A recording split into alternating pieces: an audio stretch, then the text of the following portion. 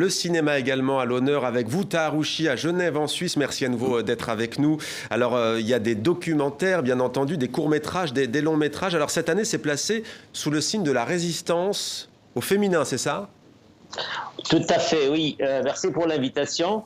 Il faut dire que le choix de la thématique précède toute la crise que la planète vit. Donc, quelque part, on a été un peu prophétique. Cela nous a amené, par contre, aussi à fracturer un peu l'édition de cette année, puisqu'une partie a eu lieu sur Internet. Et ensuite, on a tenu absolument à être sur le terrain pour des raisons symboliques et pour redonner espoir et pour dire aussi aux cinéastes qui ont travaillé, qui ont espéré que leur film soit présent dans le festival, ils vont être présentés, même si c'est une édition réduite, minimaliste. Et parmi ces films, Tahar, on a Asmahan, la diva de Chloé Maslow. On regarde un extrait.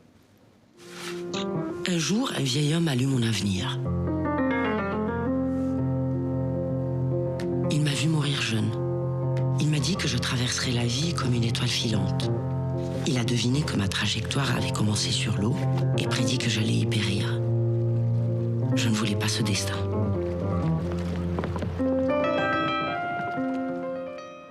Taharouchi, dites-nous pourquoi vous avez voulu mettre à l'honneur cette grande diva égyptienne, la faire découvrir ou redécouvrir. Pourquoi ce choix ? Je ne savais pas que votre invité allait parler de l'Égypte, mais ça fait un beau raccord. Il va réagir d'ailleurs. Ouais, je pense. Le choix de ce film est très clair, parce que d'abord, c'est une jeune réalisatrice, c'est une femme, puisque vous le disiez tout à l'heure, que la résistance au féminin est notre credo cette année.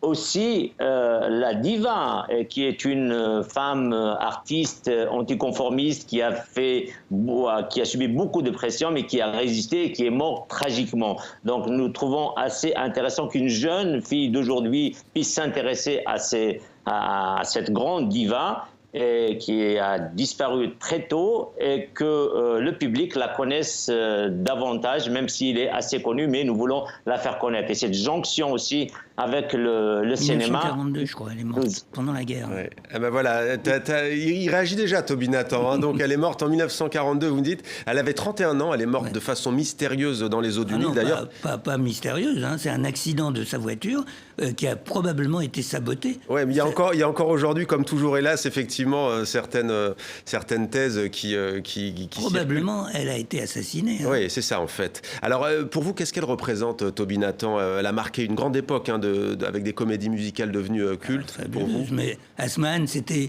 les plus beaux yeux d'Égypte. Hein. C'est la sœur de Farid El-Atrache, hein, vous savez. Hein. Et donc, c'est deux chanteurs, mais sublimes, quoi. Et c'est vraiment une diva, hein. C'était une diva. Et tout le monde écoutait Asmahan.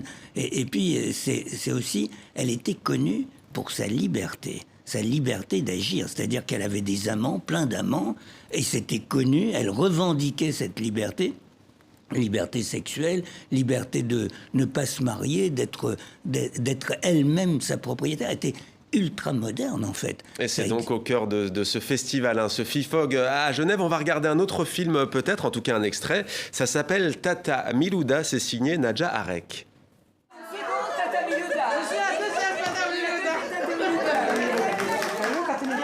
Alors, Tata Milouda, donc pourquoi tu es venue en France? Est-ce que tu es venue avec ton mari qui est venu ici d'abord et après tu l'as suivi? Ou tu es venue toute seule? Ou tu es venue de toi-même pour exister en tant que femme? C'est quoi ton histoire? Alors, sinon, c'est pas moi que j'ai choisi pour venir ici en France, mais sinon, c'est le Mektoub, c'est le destin, c'est le Mektoub, quoi.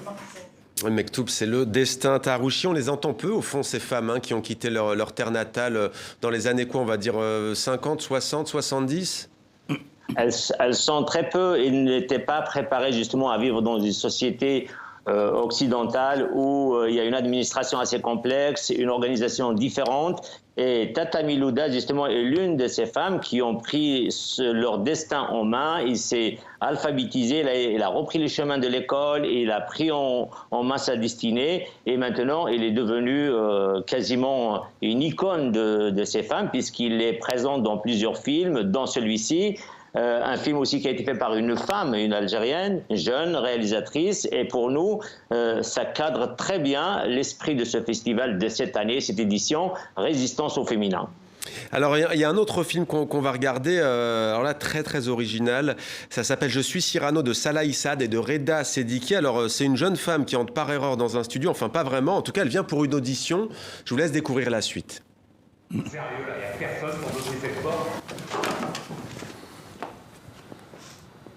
Excusez-moi, je suis vraiment désolée. En fait, je me suis trompée de porte. Je cherche la salle des castings. C'est au fond du couloir. Ok, merci beaucoup. Au revoir. Mais encore une fois, vraiment désolée. Hein. Mademoiselle, c'est pour vous le casting? Oui. Et c'est pour quel rôle? Jeune femme maghrébine, gros caractère, sûre d'elle, puissante et protectrice. En revanche, le voile... C'était pas précisé? Bah, ça me paraissait évident. Taharouchi, là, il y a comme un petit malaise dans ce film. Pourquoi? Alors, ça fait polémique en France. En Suisse, il y a eu, il me semble, aussi quelques affaires. Pourquoi est-ce que ça vous a tenu, dans ce festival placé sous le signe de la résistance au féminin, d'aborder cette question du voile? On n'aborde pas en fait la question du voile. Le voile est un prétexte. C'est surtout un clin d'œil à Cyrano de Bergerac, que la fameuse réplique, la tirade du nez, et le fait que les deux réalisateurs, Issad et Reda Sediki, ont eu le génie justement de faire le parallèle. Et j'extrapole un peu parce que ces trois films en fait que vous venez de citer ont un lien commun. C'est vrai qu'il y a la jeunesse, il y a la présence de la femme, il y a surtout aussi cette convocation des génies de l'histoire pour répondre à des questions d'aujourd'hui, pour essayer d'apporter des solutions ou des lectures originales.